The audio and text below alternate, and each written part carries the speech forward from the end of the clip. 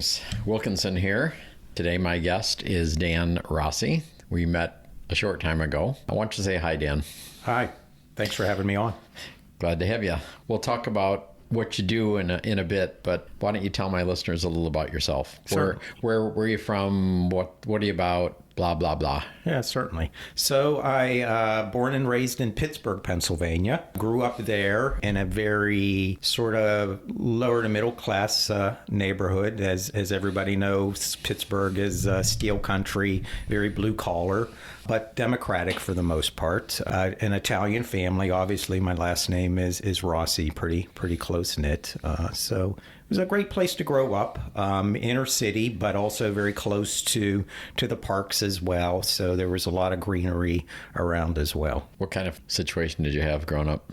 So I had your typical Italian family, multicultural, where my grandparents lived in the same household as I did, with my parents and my sister.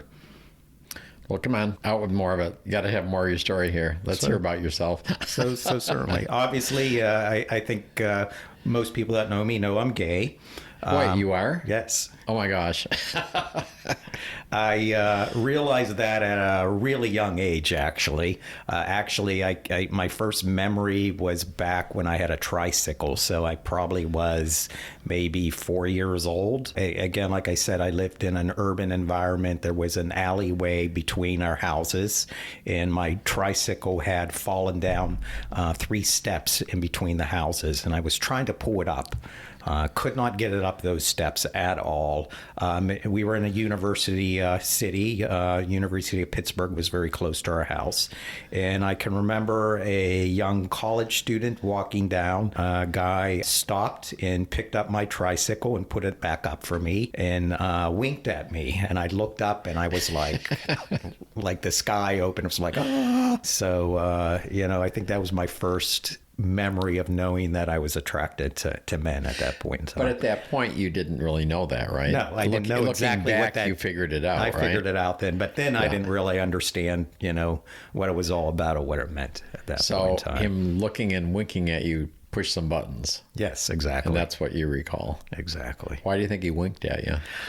I'm not sure. I'm sure just because he realized that, I needed some help, and he gave it to me, and he was happy to do it. So, and he was obviously a very friendly guy. He didn't have to stop. He didn't have to stop to help me, but he did. Right. So on your gay journey, what developed after that? So, my attraction, of course, obviously grew as I was in high school. Realized more and more what I wanted. And when I hit college, I, of course, started experimenting. There was a park close to the area. Back then, there was no internet. There was no websites or anything like that. There was a local park where all the gay people went and hung out, suntan. There was a volleyball net up, and people would play. So I really developed a nice, close-knit friendships up there as well. And you were a teen at that point? At that point, I was in my late teens. Okay. Early into college at that point in time. So did you have a word for that at that point? Yeah, I knew I was gay. So you knew? I knew, yeah, exactly. I went to an all-boys Catholic school where, again, those things really weren't shared or talked about, in school itself at that point in time. You never discussed it? Never discussed that. And the same with my family. We never really... had direct conversations about those situations overall. So even to this day, you haven't had that conversation? No. I mean, they figured it out, obviously. Yeah, they figured it out. There were a couple conversations, and I'll get into that in a little bit. Right after college, I really had my first serious relationship. Met somebody in college, actually, and we hit it off. We decided after 6 months to get an apartment together, which we did. Remember, it was 4th of July, and he said he wasn't feeling well. And what year was this? That was in 1985. Okay. 2 days later, he went to get a checkup, went to his doctor. Doctor said he had pneumonia. Sent him over to the emergency room. Very quickly, they did a test, and lo and behold, he had, quote unquote, back then, the gay disease, AIDS.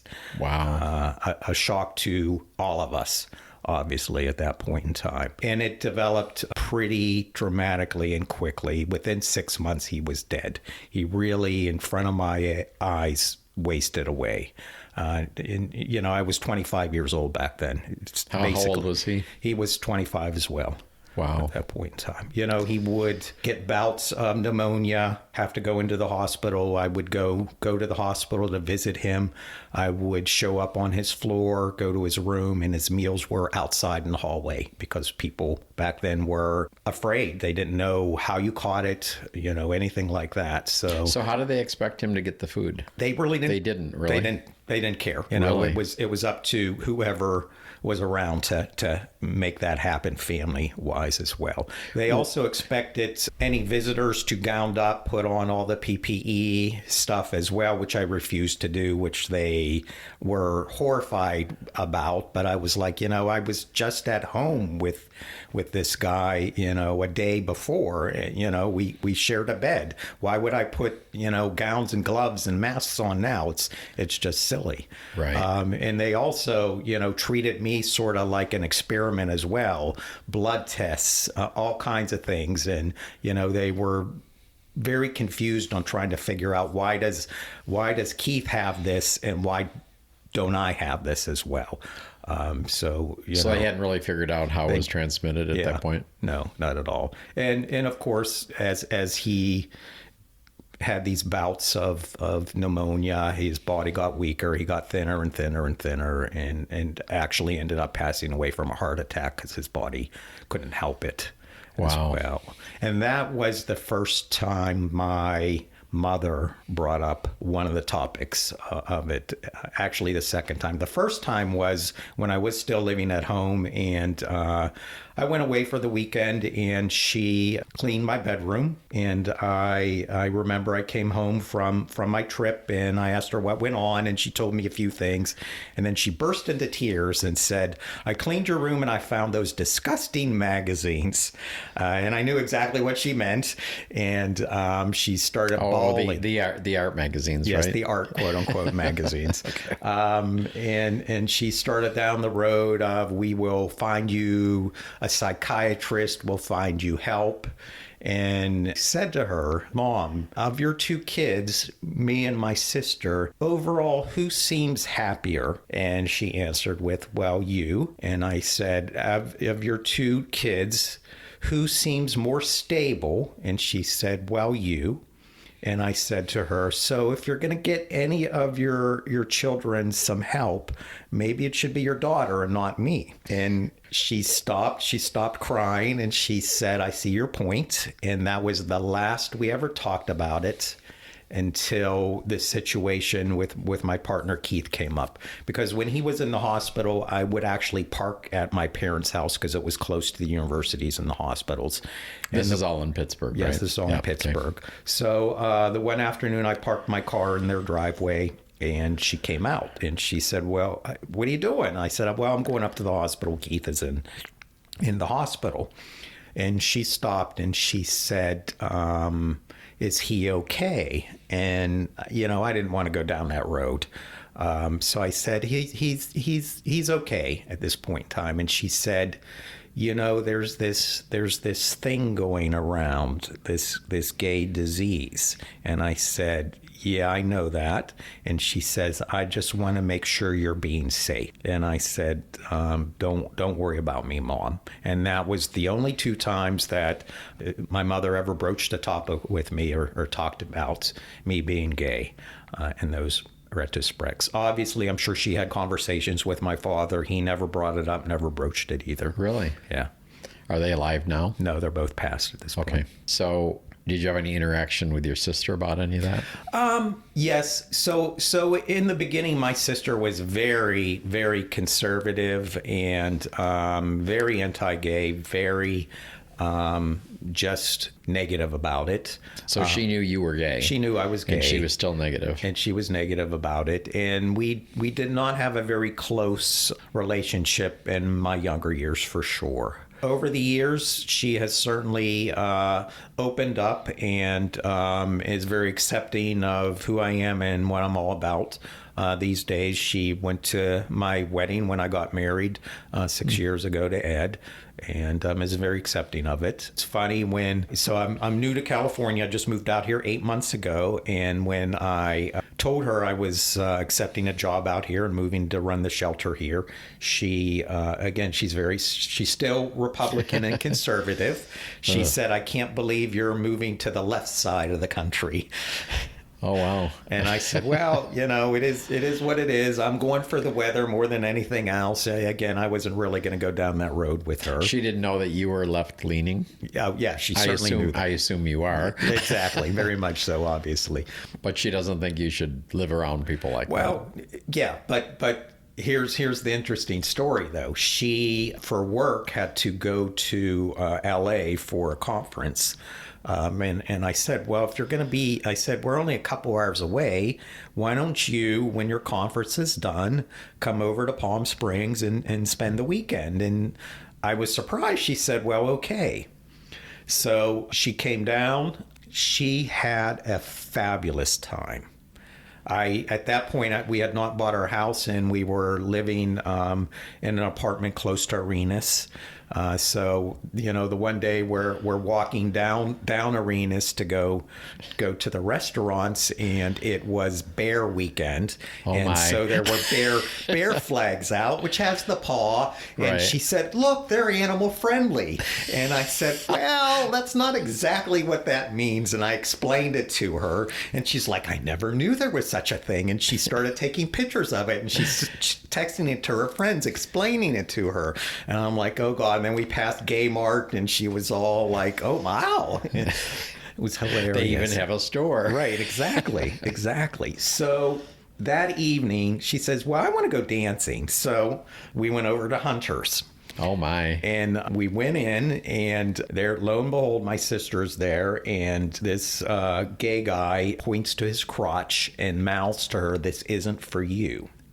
So my conservative Republican sister lifts her shirt up, no bra, and points to her breasts and mouths to him, well, this isn't for you. My mouth dropped open. Had you ever seen him before? Yeah, obviously growing up, but nothing I really want to see for sure. And I couldn't get it out of there. She was on the dance floor dancing with all these guys. And I'm like, Kim, it's getting late. We need to go. And she's like, stop being a prude. I'm having a great time. I'm like, oh my God. Yes. So she had a great time. She told all her friends about how wonderful Palm Springs is and what a great time she has. And the restaurants are fantastic. The shopping is great. So she's coming back in November after Thanksgiving to spend a week with a couple of her friends.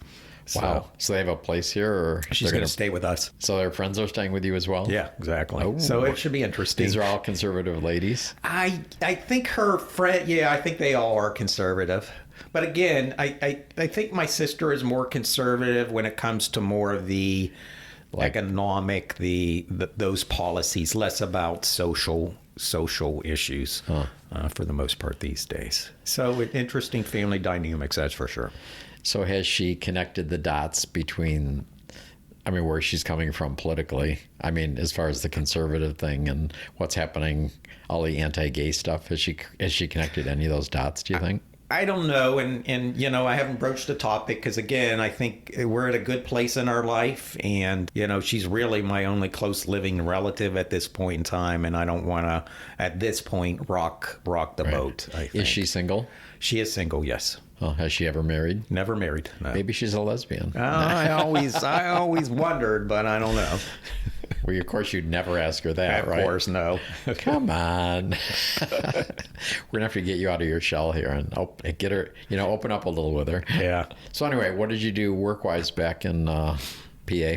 So when I went to Carnegie-Mellon University, which is, I think, fairly well recognized out there. I graduated when there was a pretty big economic downturn. I went actually to college for finance. I thought I would go into banking.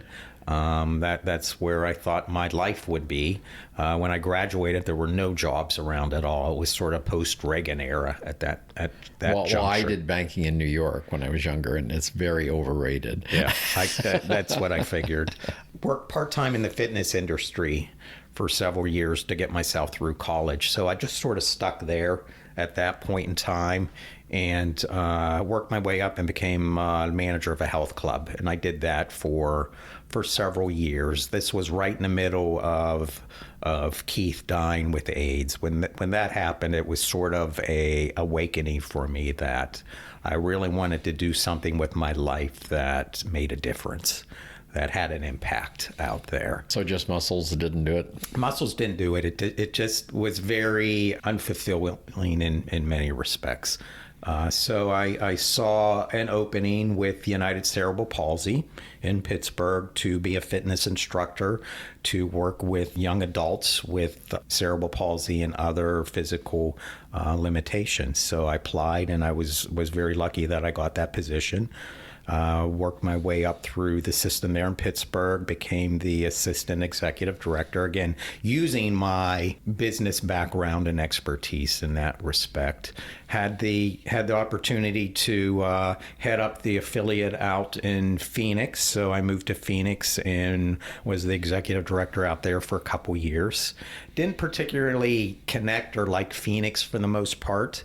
And at that point, my parents were getting older. My father had passed while I was in Phoenix, and my mother was starting to get ill. So I wanted to come back to Pittsburgh for that. What made you not feel connected in Phoenix? Just curious. It was a city that really grew in strip malls and track houses, and it just wasn't, it didn't have any cultural There's interest. No soul. There's no soul there. That's the good way to put it. And if my listeners are in that city, I'm sorry.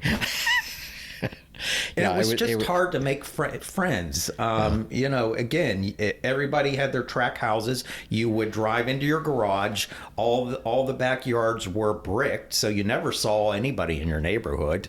Again, you had to drive everywhere there. There was not a walking neighborhood or path where, you know, you could go to things like you have here in Right. Palm Springs and like you have back east.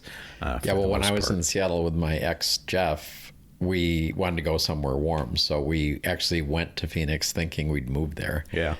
And oh my. But it was exactly as you described. I think the thing that turned me off, there was a click moment, was the light rail when we were there was kind of new. Yeah. And it went, I think, to the cities to the east. I want to say I'm directionally handicapped. So anyway, so we got on the light rail just because it had opened a short time, and we were just kind of ride it back, right? Well, we got like two stops down, and these two 30-something guys got on the light rail. Nice business clothes, you know, nice slacks, shoes, nice shirt, holster with a gun.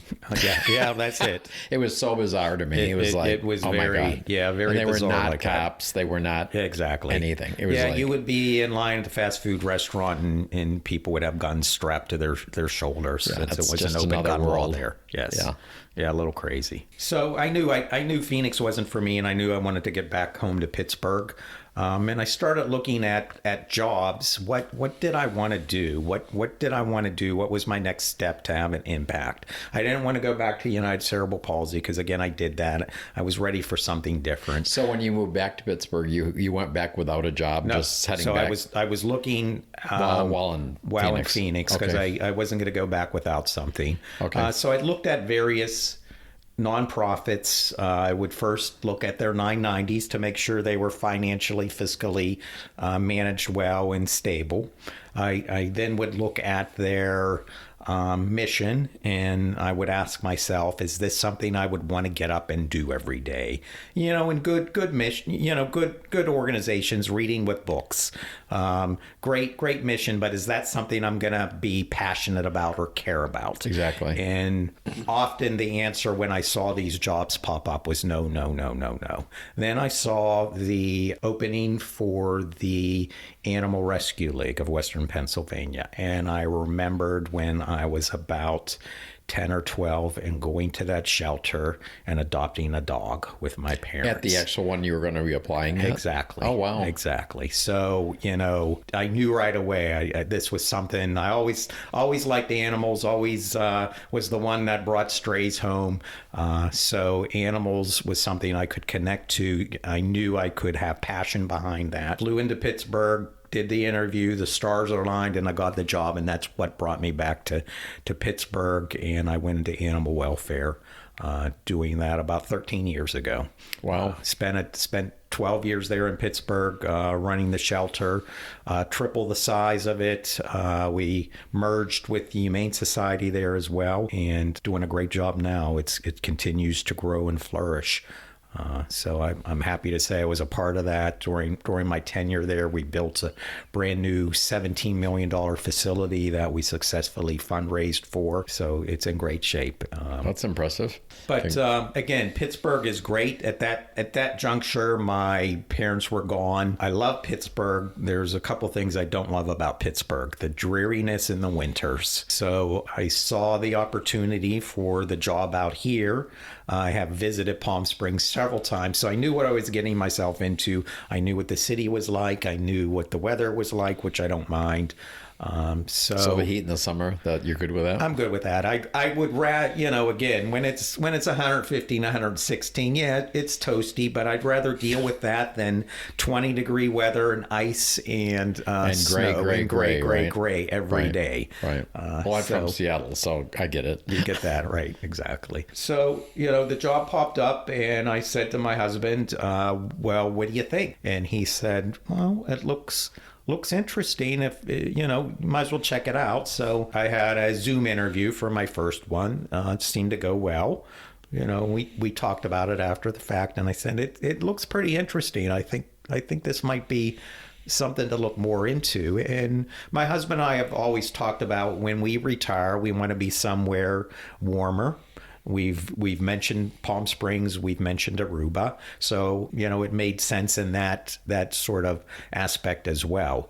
Had my second interview, and right after that call, they said we want to bring you in. So I said to Ed, that would be for an in-person interview, an in-person right? interview, Right. and Okay. I said to Ed, well, this is getting serious. I don't want to waste their money unless this is something we are really gonna consider. And he said, if this is what you want, we'll figure it out and make it work. So flew in, had a great time here, great interview with the organization. A week later, got the offer letter. And again, I said, Dad, here we are. And It's happening. It's happening. And he said, well, okay. Again, if this is what's going to make you happy, let's do it, and we'll figure out the next pieces. We'll figure out what that means, with my career and that kind of stuff. So I accept it. The next day, he says to me, I cannot believe that you accepted that job without considering what it's going to do to our marriage, our life, my career, my work. And I was like, Ed, I've asked you 20 times at least. What do you think? Should I go after this? Should we do this?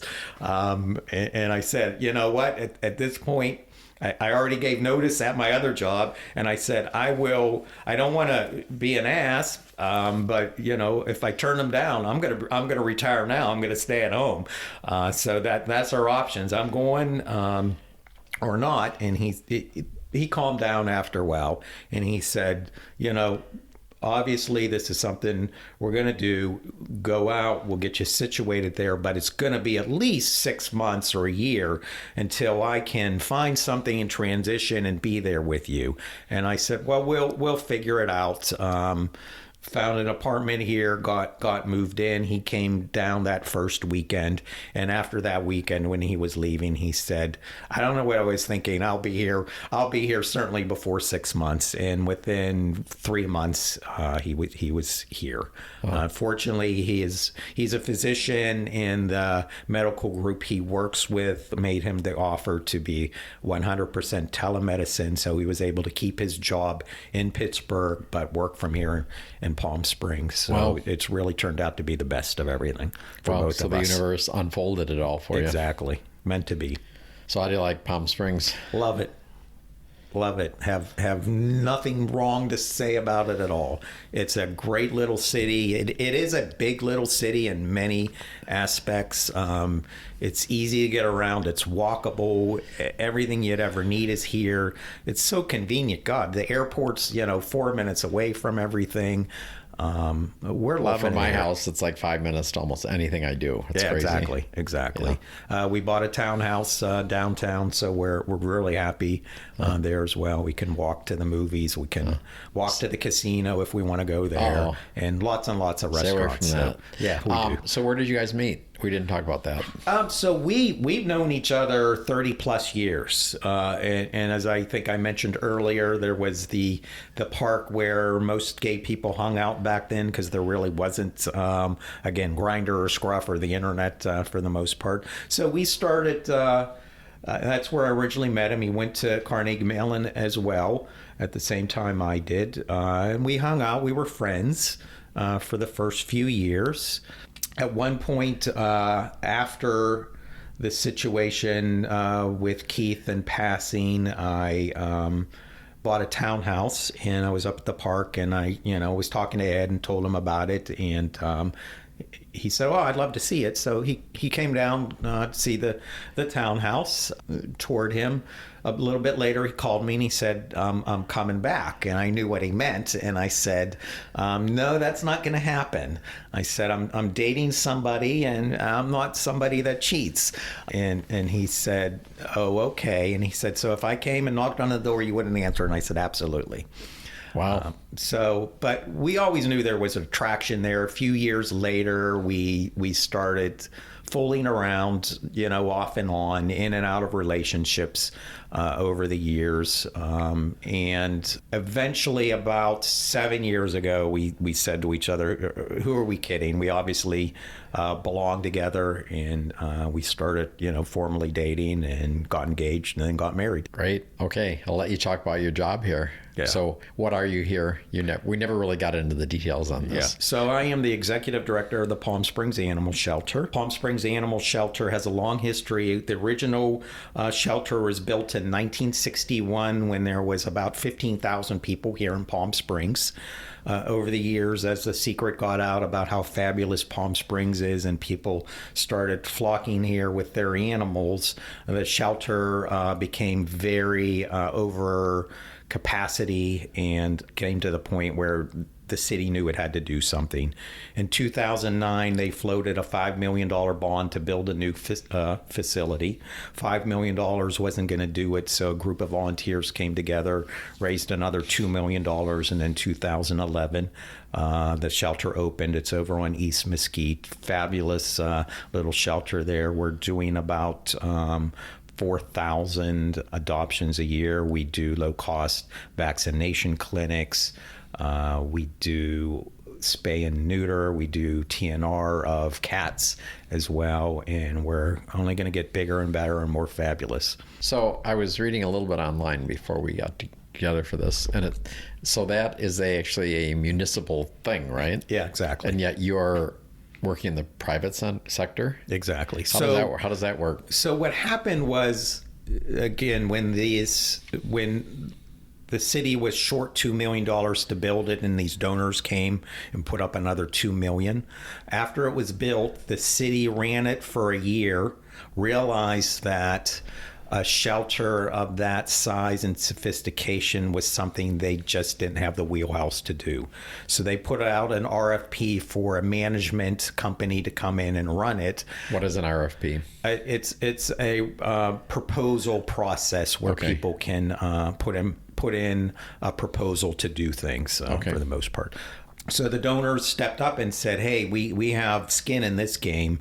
We want to make sure that the shelter is properly managed." So they formed their own nonprofit, put in a proposal to the city, and was given the management contract to actually run the city shelter. Very unique. Most City shelters are run by the city. Only about 2% of them across the United States are privately managed by a nonprofit, and we are one of them. It's a great partnership in the fact that most city shelters are not a no-kill facility coming in as a private organization. We have made it a no-kill, so over 90% of the animals that come into our shelter make it out alive. We do not euthanize for time. We do not euthanize for space. We will euthanize for severe medical conditions. So an animal that is to the point where we can't rehab it, or it has some critical situation, cancer or something terminal, obviously the most humane, best thing to do is euthanize that animal. We will work with a lot of animals that have behavior situations, but there are some where animals are so aggressive that they just can't be rehabbed and not safe to be put into the community. We'll work hard to find a sanctuary for them or different placement for it, but we are not going to put an animal that's unsafe in the community as well. So there are times where we will have to euthanize for that as well. So by going that way on the management, I was going to say before you actually said that last part, it's more probably a kinder and gentler way of doing things, right? Very much because so. I'm guessing that if the city were running it, they would start busting at the seams and they'd go, okay, we got to do something. Let's put them to sleep. Yeah. And again, no fault. The municipal shelters out there that do it, they just don't have options out there, unfortunately. They don't have the resources. They don't have the manpower to deal with those. Where us as a nonprofit arm of the shelter, we raise extra money. We raise awareness. We have the ability to find other options and raise money to do medical procedures, hire in behavior teams to work on behaviors and things like that as well. What is, to your knowledge, what's the longest an animal's been in the shelter before being adopted? Right now, we have one animal that has been there about 4 years. That really is, we're almost to the point of finding a sanctuary for him as well. There's been animals there 3 years before adoptions have been found for them.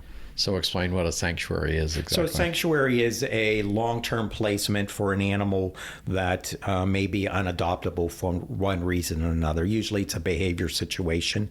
It's a much better environment for them where they have a lot more space. They may have a lot more green space for them, a lot more larger living arrangements for them that we would have in an actual shelter in the capacity. Would this be like a private home doing this, or what? It could be a private home. Somebody that has acreage or something like that? It's typically places that have like a ranch or something like that where they're able to carve out nice big spaces for them.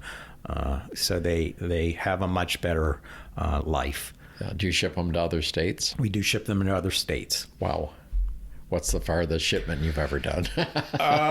Right now, the one we're working on this weekend, we have an animal going to Colorado. Really? Yeah. Well, that sounds very interesting. We're going to put all of your links in the episode notes so people can discover who you are if they don't know. Great. Anything you'd like to share with my audience? Again, whether personal or about your job, anything, whatever. Right. If you're an animal lover, if you're in Palm Springs, we're always looking for fosters and volunteers. Come down and help us out. If you're not in Palm Springs, I will bet you there is an animal shelter close to you that needs your help, whether it is going in and volunteering or writing a check or something like that as well. So please, please think of your animal shelters and help them. Well, thank you for coming in, Dan. Appreciate it. Thank you. Good stories. Thanks again. Okay.